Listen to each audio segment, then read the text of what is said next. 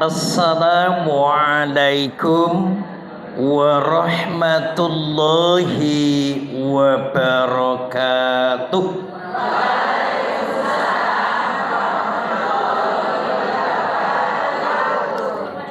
Alhamdulillahilladzi khalaqal mauta wal hayata liyabluwakum ayyukum ahsanu amala wa huwal azizul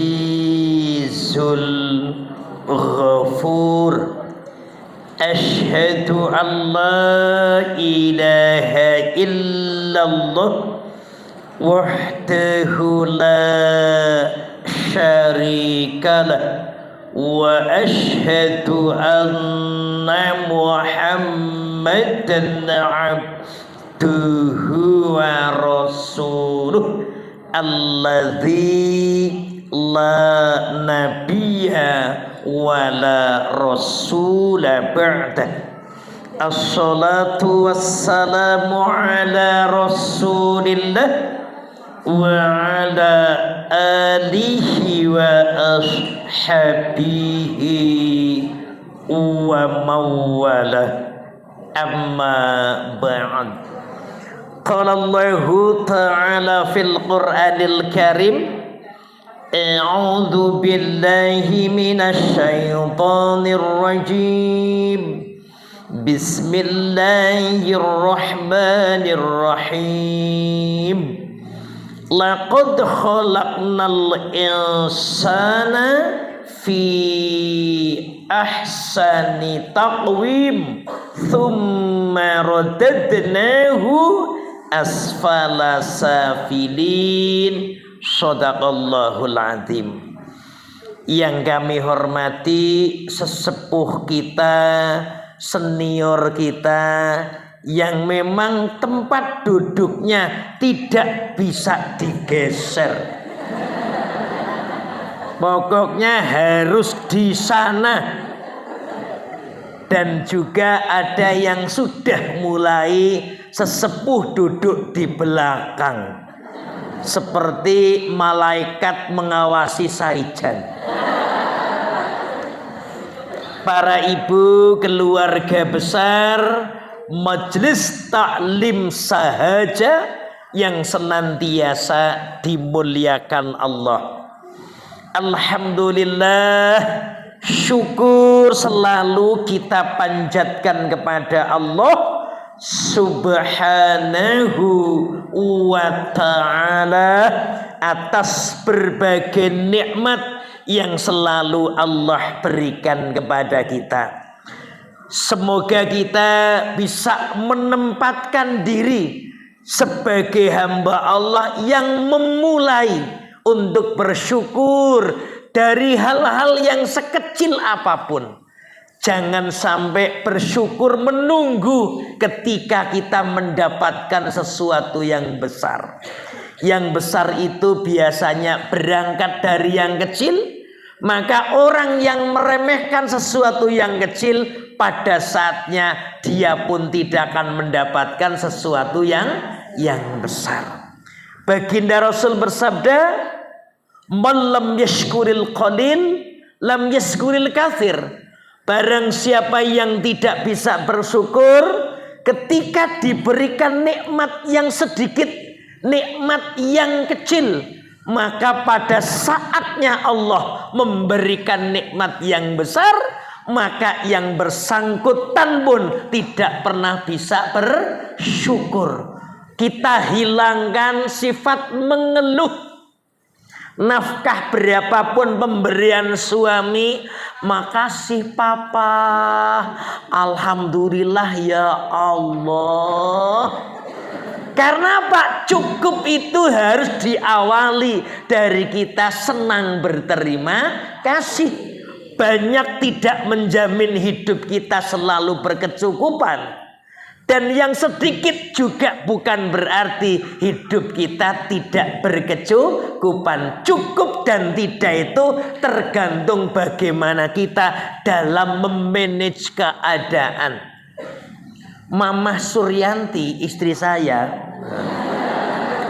pokoknya berapapun saya belum pernah mendengar kalimat kok cuma sekian ayah, kan nggak cukup ayah. Kalimat itu nggak pernah saya dengarkan. Sehingga suami siapapun ketika mendengar kalimat istri yang selalu alhamdulillah, tidak pernah mengeluh, sehingga berapapun pemberian suami itu akan cukup walau diinget. Masak diingat nget kan begitu. Ketika kita hidupnya selalu melihat yang di bawah kita, maka insya Allah kita selalu cukup. Tapi ketika kita melihat orang yang di atas kita, maka berapapun tidak mungkin akan cukup. Korupsi bukan orang-orang yang ternyata miskin, bukan orang-orang yang terbatas, mereka jabatannya luar biasa, penghasilan juga luar biasa. Tapi ketika dia tidak pernah merasa cukup, sesuatu yang bertumbuk, sesuatu yang berlimpah, itu pun akan selalu terasa kurang dan kurang terus. Insya Allah hadirnya para ibu menjadi hadir yang istimewa. Bahasa saya hadir yang sitimewa. Ya karena apa? Setiap langkah kita menuju tempat yang baik, satu, selalu dihitung di jalan Allah Subhanahu wa ta'ala, wa huwa fi sabilillahi hatta yarji'a. Berangkat pulang dihitung di jalan Allah. Enggak ketika ada saudara kita pulang taklim, berangkat taklim, ada yang kecelakaan, sungguh kita kadang-kadang iri. Karena apa? Meninggal fisabilillah kan begitu. Walau kita tidak berharap meninggal dengan cara seperti itu. Yang kedua, insya Allah kita semakin banyak saudara, betul? Ketika banyak saudara, jaminannya itu banyak rizkinya. Itu jaminan. Saya akhir-akhir ini banyak mendapatkan tugas dari PP Muhammadiyah keluar kota. Ini kemarin dari Maluku Utara. Saya belum pernah selama hidup mendapatkan minyak kayu putih yang sebesar hadiah dari kepala sekolah yang ada di Maluku. 1 botol itu minyak kayu putih kenonggo atus.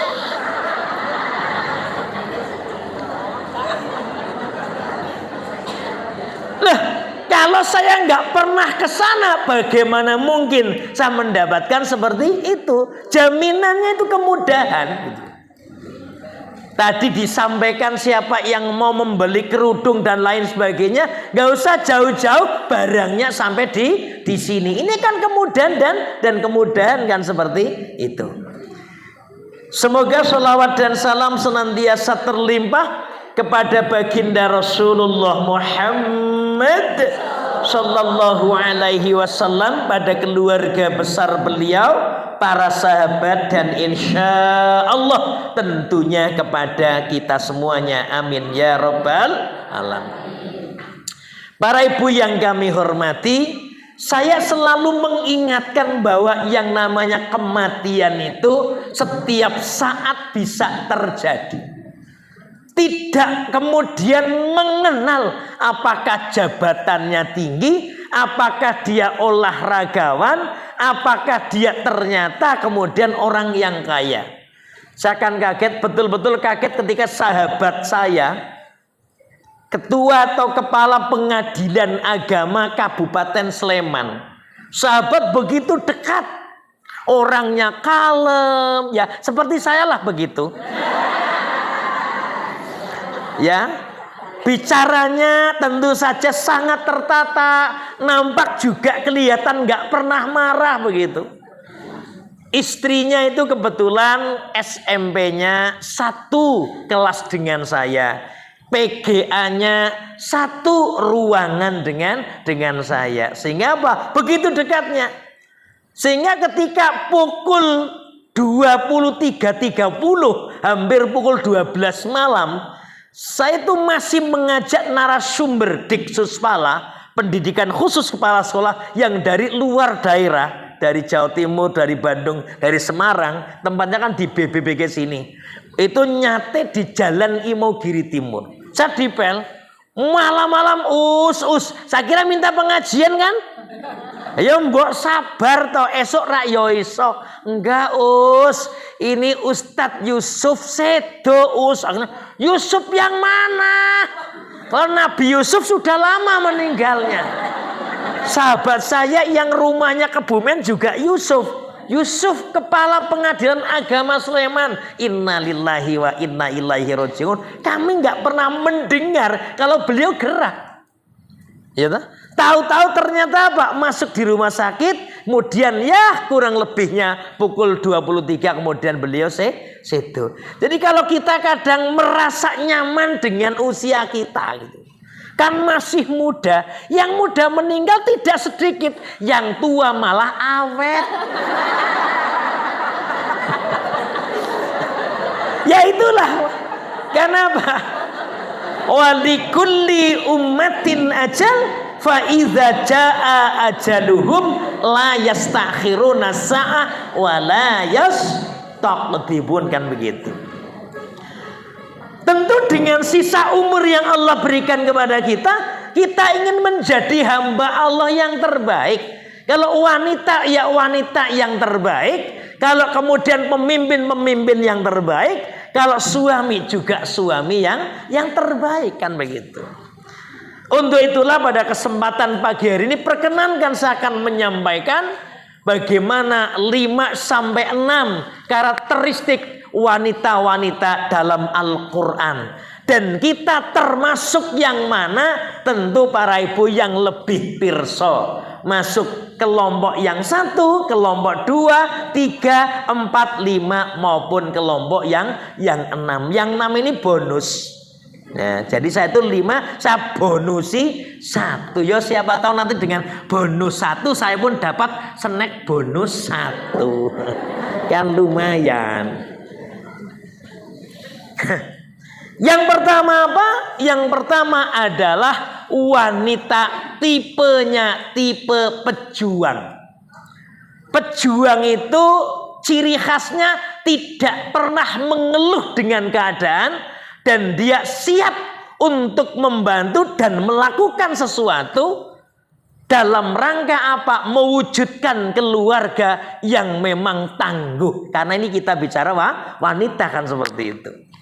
Hasil suami yang terbatas tidak kemudian menimbulkan mengeluh, tapi kemudian berpikir saya harus mencari tambahan bagaimana agar suami saya juga bisa terbantukan dalam rangka untuk memenuhi nafkah keluarga. Jadi bukan mengeluh.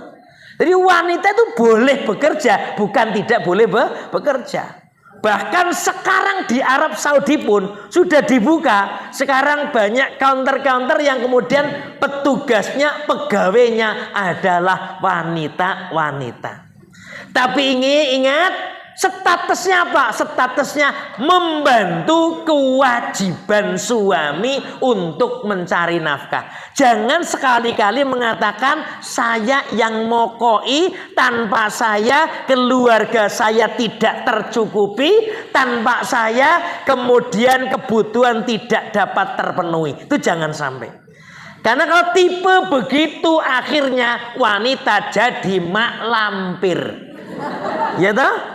Nyepelek kepada laki-laki kan begitu. Kowe ke iso nengop. Mung ongabe angobe ngulat ngulet nguyah nguyuh ngentat.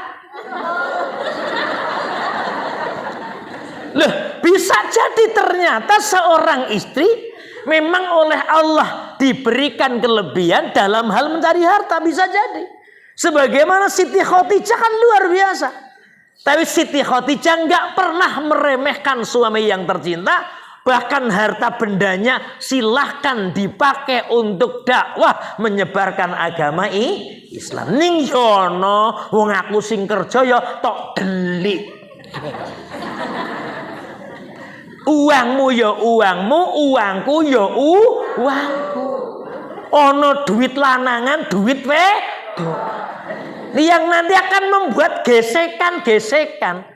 Mengapa keluarga enggak kita bangun dengan asidku, kejujuran dan keterbukaan? Itu lebih nyaman. Saya enggak pernah mengatakan ini uang ayah mah. Pokoknya uang saya letakkan di laci, gaji saya berikan 100%, mamah kurang silakan ambil di laci. Tapi jangan banyak-banyak. Loh kan sudah saya jatah. Lah wong gaji sudah saya serahkan semuanya kok. Cuma kalau ada kurang laporan mah nanti kurangnya nggak apa-apa. Jadi adanya ya di situ itu. Ayah saja jarang loh kemudian jarang bawa uang-uang yang jarang. Hari ini pun juga saya juga nggak bawa uang banyak. Ya karena nanti tahu akan bawa uang. Kok yang ngerti-ngerti nih. Loh, karena kadang-kadang juga risih itu loh Bu. Makanya kadang loh kok duit kok mung 20 ya. Sing penting ayah nganggo motor cukup nggo tuku bensin. Kok cuma bawa sekian, ayah bawa mobil tapi bensinnya masih banyak. Masih aman-aman saja gitu. Aman-aman saja. Bahkan sampai sekarang saya pribadi pun tidak pernah mengambil uang lewat ATM. Belum pernah kemudian mencoba ambil uang lewat ATM. Kalau ambil mesti saya tugaskan bendahara saya, tolong diambilkan. Yang tahu passwordnya bendahara saya malah, bukan istri saya. Rapopo untuk membangun kejujuran kan seperti itu. Jadi pejuang itu tidak mengeluh. Saya pernah matur berkali-kali, seorang yang bisa menjadi contoh kita gitu. Tidak usah jauh-jauh, seorang guru besar yang kemudian ketika saya sowan, beliau mengeluarkan minuman, beliau mengeluarkan makanan. Saya tanya, Bu, malu saya hanya kepala sekolah SD, ibu guru besar, konsultan pendidikan, kepala dinas, kok kemudian membawa minum dan juga snack untuk saya. Apa jawabannya? Saya di rumah itu seorang istri Ustadz. Saya bukan seorang pejabat. Saya seorang istri dari suami saya. Suaminya di bawah jauh kedudukannya. Tapi ternyata istrinya tidak meremehkan kedudukan suaminya. Ini baru jos.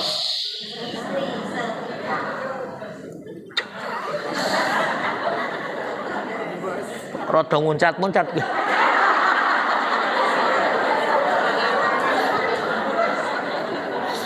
Loh iya kan? Loh, ibu-ibu kan bisa mirsani.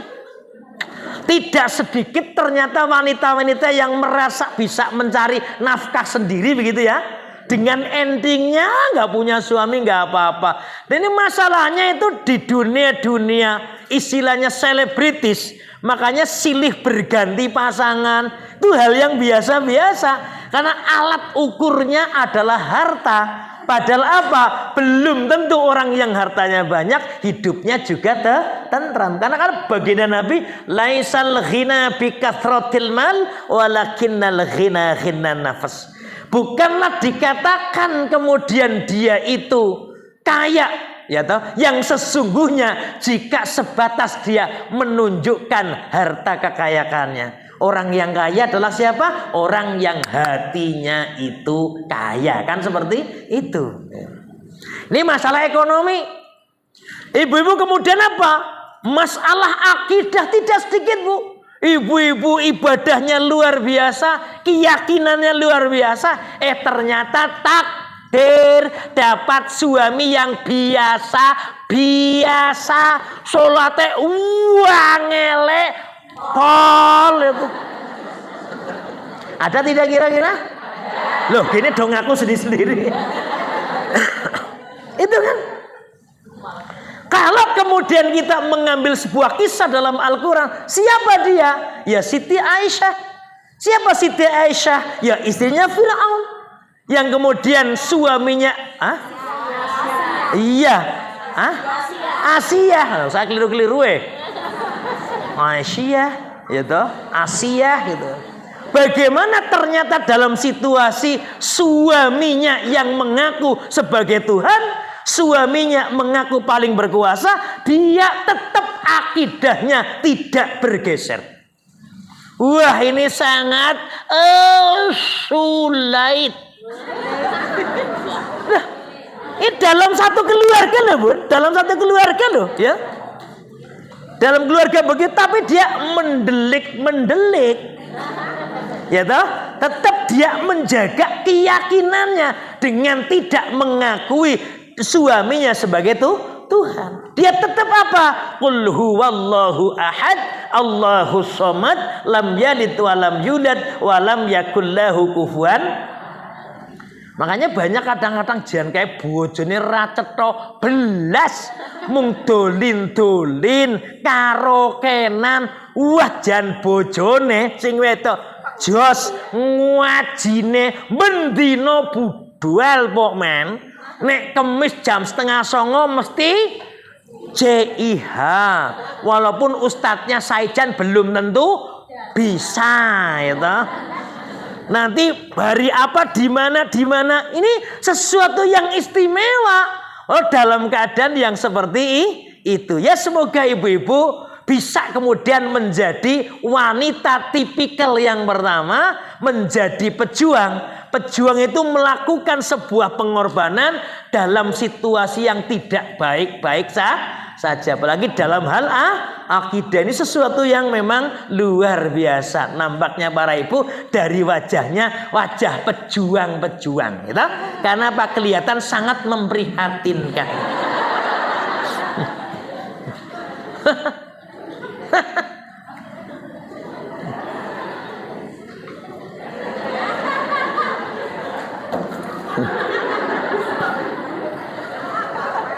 Nah, lalu yang kedua apa para ibu?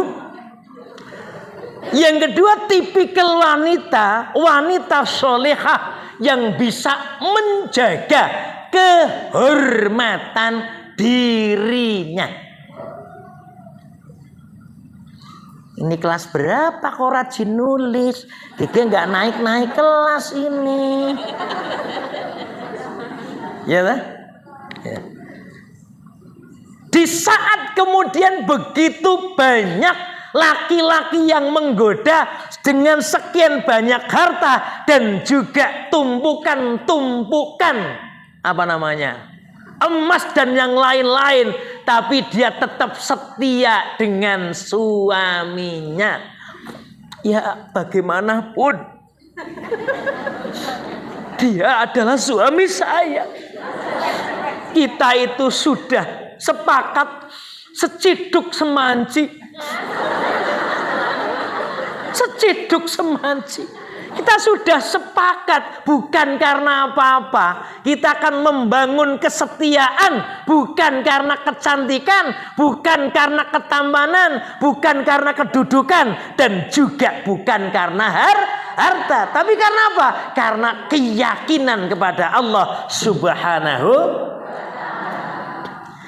Cintai aku karena Allah, sayangi aku karena Allah, kasihi aku karena Allah, miliki aku karena Allah.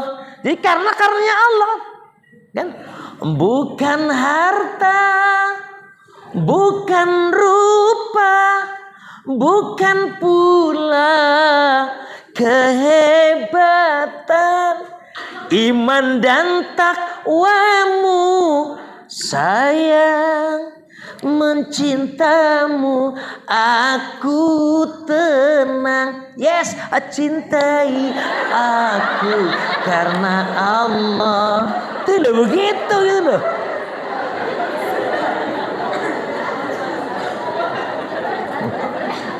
Allah ya Rabbi. Loh, kalau kemudian kita melihat di media sosial, kita kan ya cukup prihatin toh. Di mana mohon maaf saja suami peras keringat banting tulang, tidak mengenal waktu, pagi sampai malam, ternyata istrinya justru tertarik dan terbawa oleh laki-laki lain.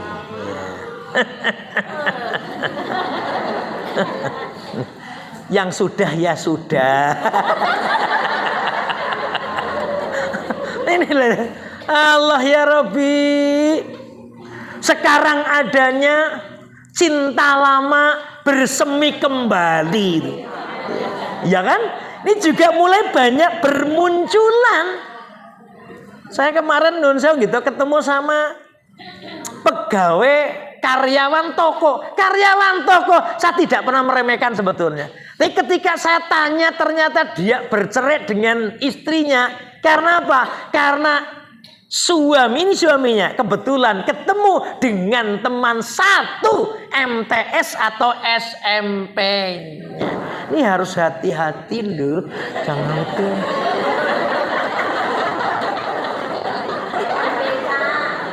Loh, makanya saya tuh ketika ada reuni istri saya ajak, Mama harus ikut biar teman-teman tahu Mama. Kalau enggak nanti di rumah saya, Mama harus menyiapkan biar ketemu sama tamu-tamu. Tenang, semuanya terbuka kan begitu. Nek petuk mung kancaku sing do lemu-lemu kaya ngene-ngene wis aman. Aman. Ning rak yono sing kadang-kadang menggugah kembali kenangan masa lalu toh. Di grup cie Ustadz Saijan ketemu kembali gitu ya. Ini kalau nggak hati-hati bisa kemudian merusak hubungan kita dalam membangun dan mempertahankan keluarga. Makanya apa?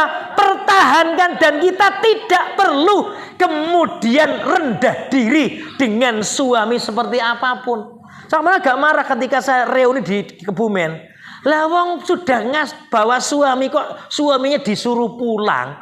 Ya memang jaraknya agak berjarak. Wis ketok sepuh garwonya, rambutnya putih dan lain sebagainya. Ya ndak apa-apa, memang itu pasangan hidupmu.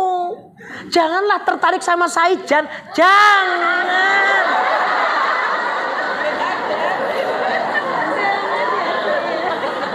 Jangan ya dek. Ini loh, ngapain malu ketika jemput saya datangi Pak. Mari Pak masuk bergabung dengan yang lain gitu loh. Pak Saijan juga nggak pernah membeda-bedakan bapak ngastonya apa nggak penting. Mas Yusuf memang kepala pengadilan yang almarhum kemarin juga sering datang dengan istrinya. Tapi juga tidak sedikit mereka yang kerjanya servis lampu, kemudian mencari rumput untuk kambingnya. Wong Allah tidak melihat kemudian itunya kok, ya toh? Ini yang kadang-kadang saya prihatin. Maka apa? Kemudian betul-betul bisa menjaga kehormatannya. Ya, hati-hati. Wong wedok yo ngati-hati, wong lanang ki yo padha.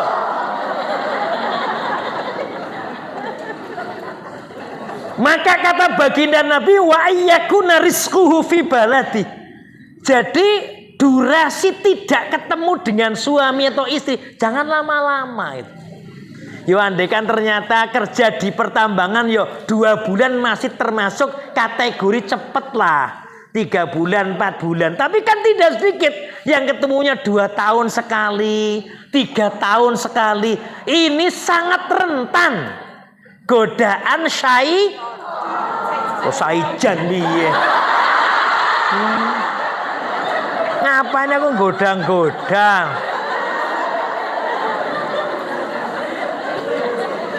Saya tidak pernah mengatakan tidak kemudian dia tidak mampu menahan, tapi secara psikologis kalau tidak ketemu selama 2 tahun, 3 tahun, hampir yang saya temui keluarganya sulit dipertahankan. 3 tahun. Nah, saya pernah sampaikan ketika saya di Dubai waktu itu, ada wanita ketemu saya, "Afan ya ukhti min aina ji'ta?" Anda dari mana? Saya kira orang Arab. Ana min Cirebon. Cirebon. Saya bilang anak min Cilacap.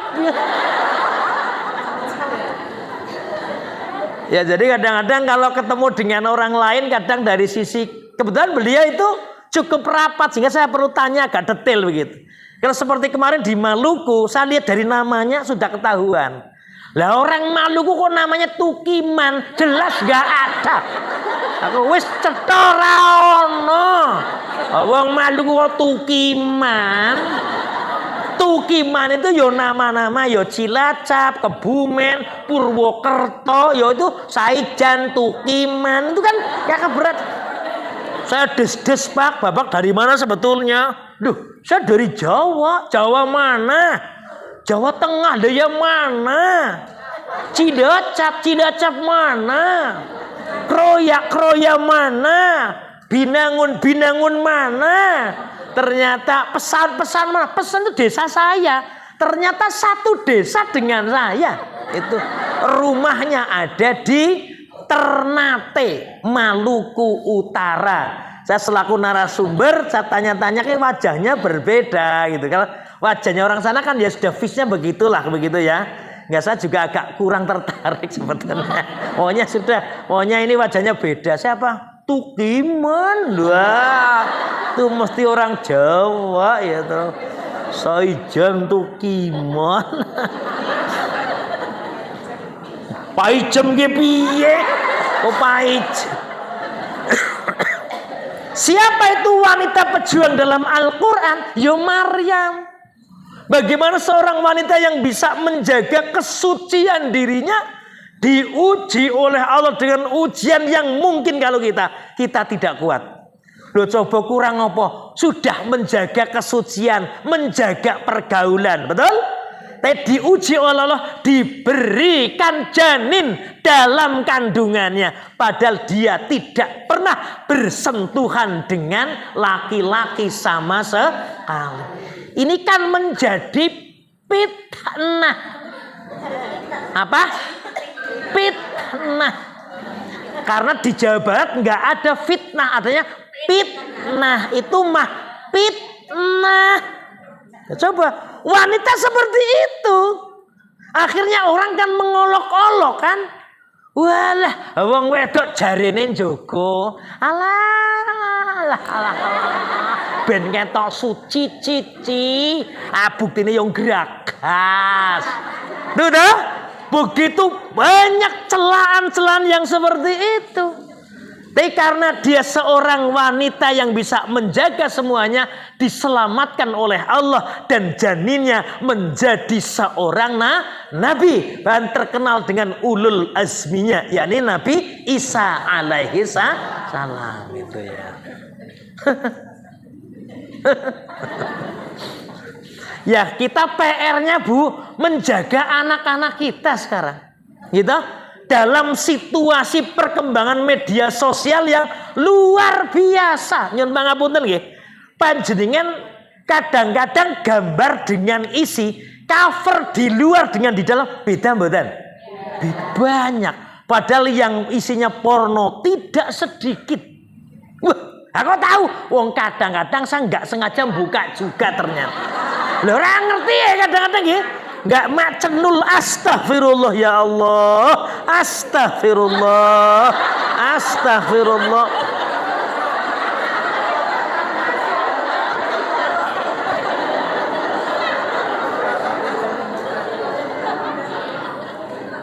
Inilah masalahnya. Jadi apa?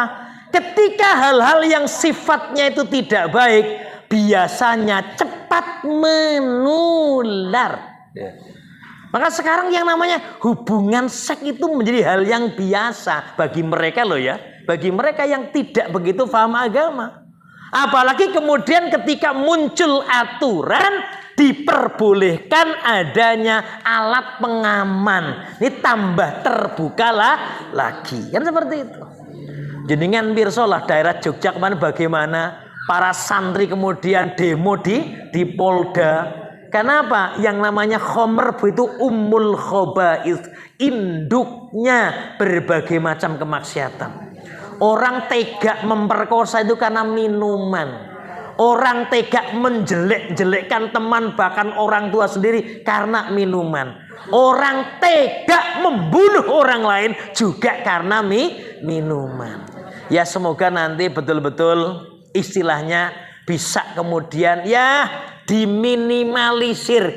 Nek hilang lang kok ya susah. Tapi paling tidak di kacamata kita banyak outlet-outlet yang ternyata sudah diamankan oleh petugas. Ini kan nasib dari siapa? Dari anak-anak kita ke depannya.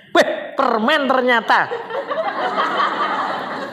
Ini tadi ada siswa saya pinter, dia itu jaga. Pokoknya yang datang sebelum pukul 6 Pak Saijan, saya beri permen 1. Iya, siswa ini datangnya sebelum pukul 6. Tugas piket di depan sekolah nyalami teman-teman yang lain. Saya kemudian karena saya datang duluan, Pak Saijan juara, makanya dapat 1 permen. Masuk kepala sekolah sama dengan guru yang lain, ya sudah 2 permen setengah. Yang separuh tok mut dhisik. Akhirnya dapat 3 permen. Nah, ini lumayan gitu. Ini nanti saya bawa ke diklat situ di BPGP nanti kan seperti itu. Ya, 250. Nggih, menjaga kesucian. Ini jenengan nun sewu, ya rada tegel dan tegas. Apalagi yang punya anak perempuan wajib menutup aurat titik. Itu nggak bisa ditawar-tawar. Ketika ternyata tidak begitu, kita saatnya kehilangan anak-anak kita, akhirnya pendidikannya gagal dan yang lain gagal, maka setinggi apapun jabatan suami ibu seolah tidak ada artinya sama sekali. Yusrodo kereng rapopo gitu, artinya ayo pokoknya dirapeti. Nek perlu nggo katok telu.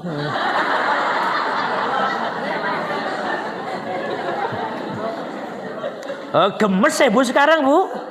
Gemes saya itu udah, Masya Allah.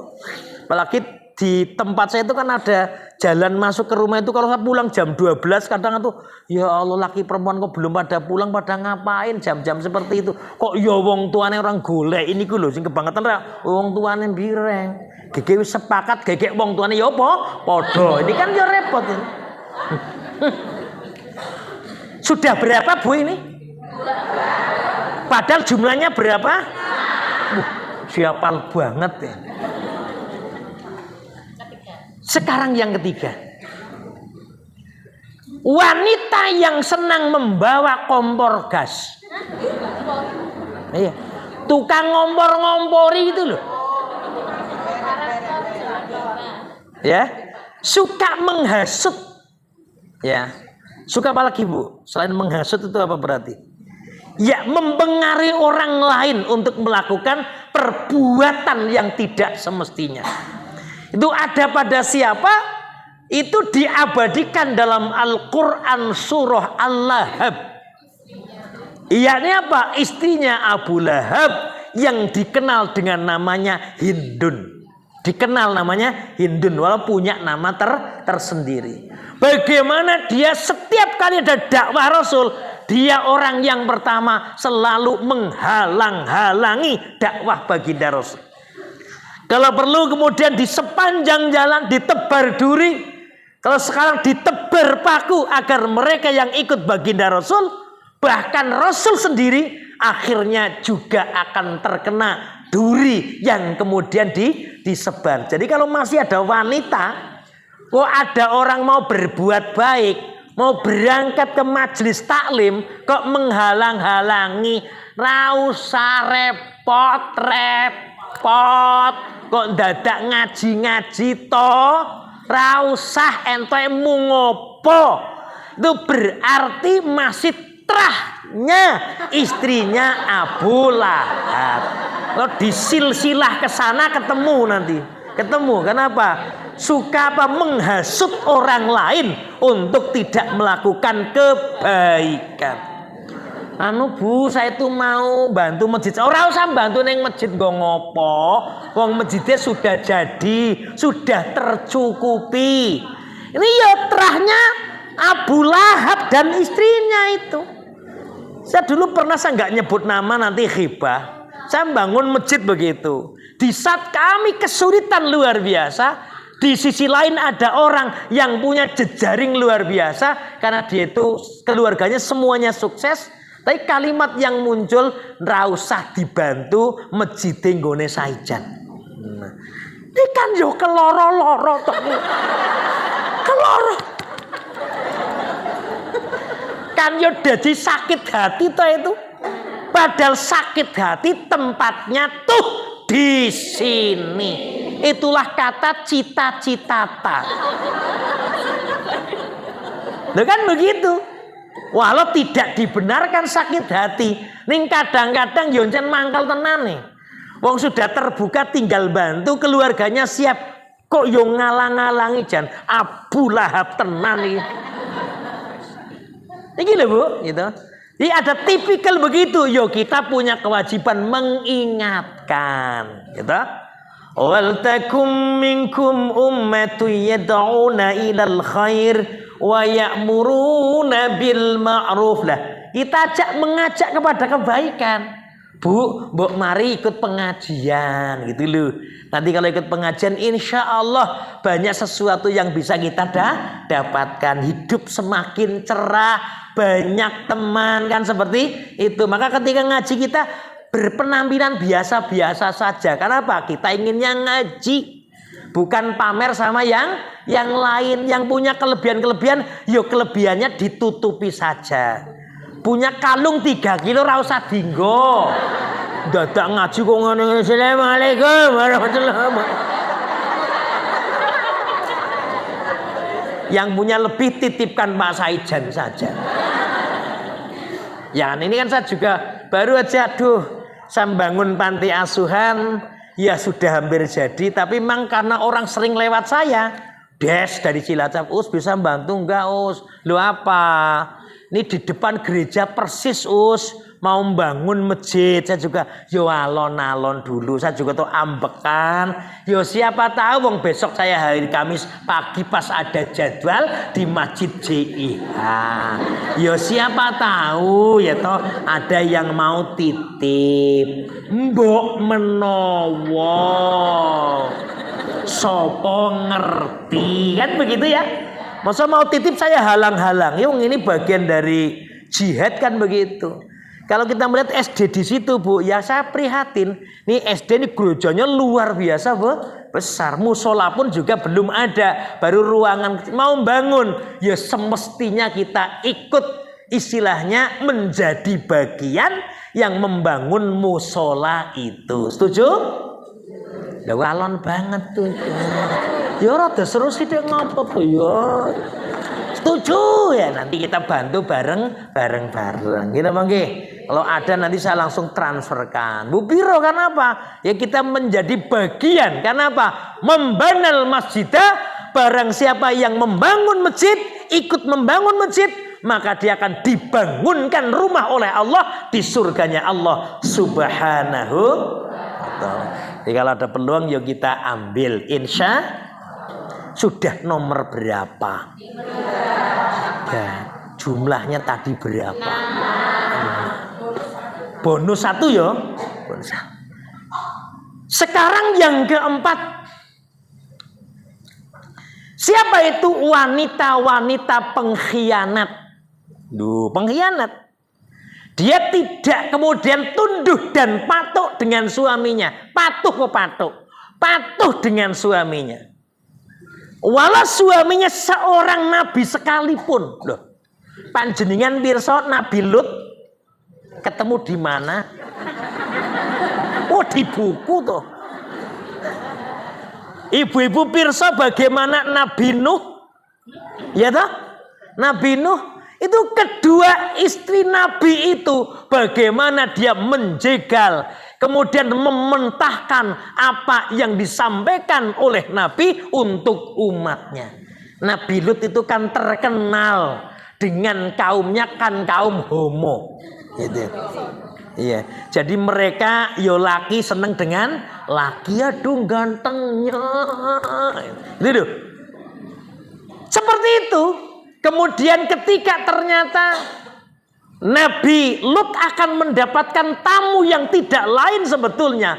Itu adalah para malaikat. Dengan penampakan laki-laki yang tampan dibocorkan oleh istrinya Nabi Lut alaihi salam. Kalau di rumahnya ada tamu yang tampan dan belum pernah saya lihat tamu setampan itu. Itulah membocorkan sesuatu. Berarti apa? Dia termasuk pengkhianat. Jadi kalau ternyata ada ibu-ibu rahasia keluarga, itu harus di-save betul. Ya toh, dijaga betul. Kekurangan istri dijaga, kekurangan suami dijaga. Karena apa? Tidak ada pasangan hidup yang sempurna. Ya. Saya pernah mengatakan istri saya bagaimana? Motif beda kan? Oh, Mama Suryanti seperti ini kan? Tidak pernah mengatakan kekurangannya, ya jelas ada. Tapi mengapa kita obrol kekurangan? Berarti apa? Kita membocorkan dan kemudian menyampaikan kekurangan pasangan hidup kita. Ini enggak lain dan tidak bukan ya sama dengan simbahnya kita itu adalah simbahnya istrinya Nabi Lut dan Nabi Nuh. Bahkan Nabi Nuh itu sendiri tidak bisa kemudian istrinya mendidik anaknya. Makanya Kan'an itu termasuk anaknya yang juga durhaka kepada Allah dan durhaka kepada orang tuanya sendiri. Jadi kita harus ekstra hati-hatilah kemudian. Jadi rahasia kita jangan digembar-gemborkan. Ya memang suamiku gede dhuwur ipel-ipel. Ning, lo ngapa ndak ada ningnya toh? Wes gitu aja. Nggak usah disebar luaskan. Jadi jangan menjadi pengkhianat dalam keluarga. Itu tipikalnya siapa tadi? Istrinya Nabi Lut dan istrinya Nabi Nuh alaihi salam.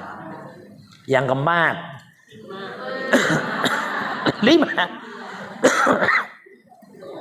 Ini nggak usah lama-lama lah. Udah agak lama kok ini. 5-6 rampung. Yang kelima siapa? Yang kelima adalah wanita penggoda. Gitu. Nek metu lipstike kuandele bleber kaya mak lampir. Bar kaya mangan pitik mentah. Nganggo roke saringan tahu. Sing kira-kira agak tembus. Oh, kalian ngalami toh. Tembus pandang. Pakai baju yang kalau ditarik ke bawah nanti kemudian kelihatan punggungnya, ditarik dari belakang kelihatan butelnya bi. Ini loh. Ini wanita penggoda. Lah ini kemudian dalam Al-Quran diabadikan siapa wanita penggoda itu? Zulaiha. Dia siapa? Menggoda baginda Nabi Yusuf alaihi salam. Hidup dalam satu rumah, pintunya ditutup. Ajeng pripun? Delok wong ayu ngaten menika. Yusuf kalau tidak ditolong oleh Allah, sudah terjadi sesuatu. Coba nek saijan. Makanya a'udzubillahi minasyaitonir rajim. Kita berlindung kepada Allah.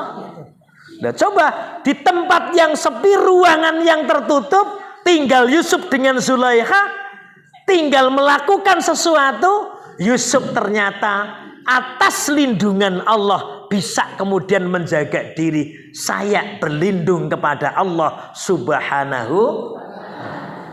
Wah, jadi luar bi. Saya jadi teringat ada seorang wanita tunasusila. Ya. WTS itu ya. Wah, janayune pol. Wayune pol. Pokmen menjadi idola bagi laki-laki. Sehingga hampir setiap laki-laki ingin kemudian tidur bersama dengan wanita itu. Sampai termasuk sopo. Wong zaman dulu Lah kalau saya udah ada ya nggak tahu ya urusannya ya. Termasuk termasuk ada seorang yang sebetulnya keyakinan agamanya kuat. Dia juga ternyata terpengaruh. Karena coba kalau pagi-pagi wanita itu duduk di depan pintu, duduknya begini, ya dah. Ya, yang kemudian juga aurat-auratnya juga kemudian nampak seperti itu. Akhirnya dia berusaha, laki-laki itu mengumpulkan uang sebanyak-banyaknya. Yang penting saya bisa tidur bersama dengan perempuan itu. Setelah kemudian terkumpulkan dan sampai di situ, ternyata dia masih diberikan kekuatan iman oleh Allah, laki-laki tadi. Tinggal menyentuh saja, keringat dinginnya keluar.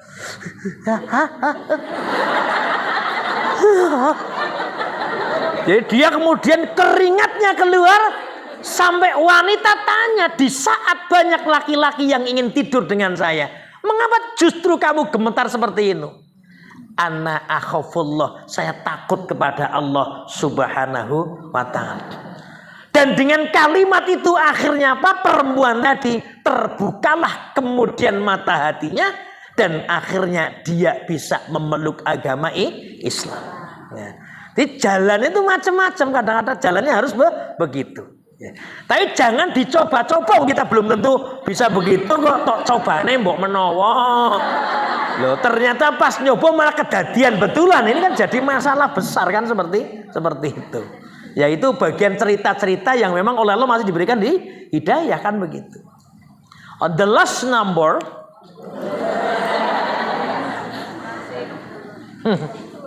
cari dewe. Siapa mereka?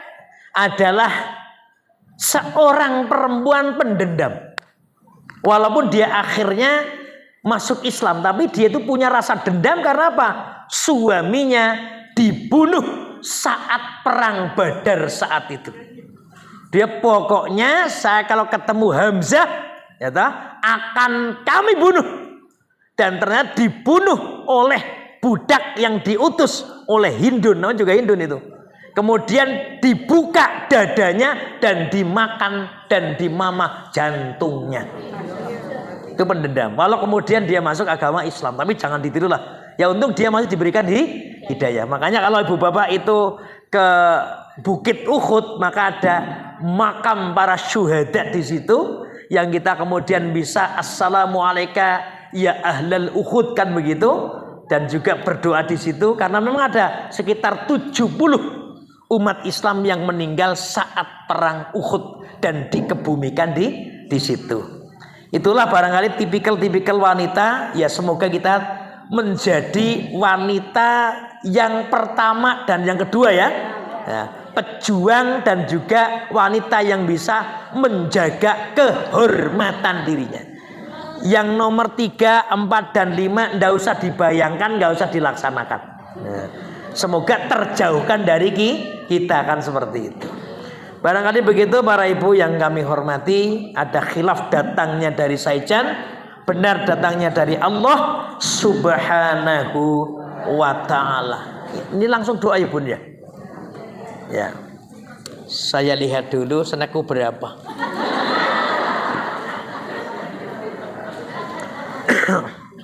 A'udzu billahi minasyaitonir rajim. Bismillahirrahmanirrahim. Alhamdulillahi rabbil alamin. Assalatu wassalamu ala Muhammadin wa ala alihi wa ashabihi ajma'in.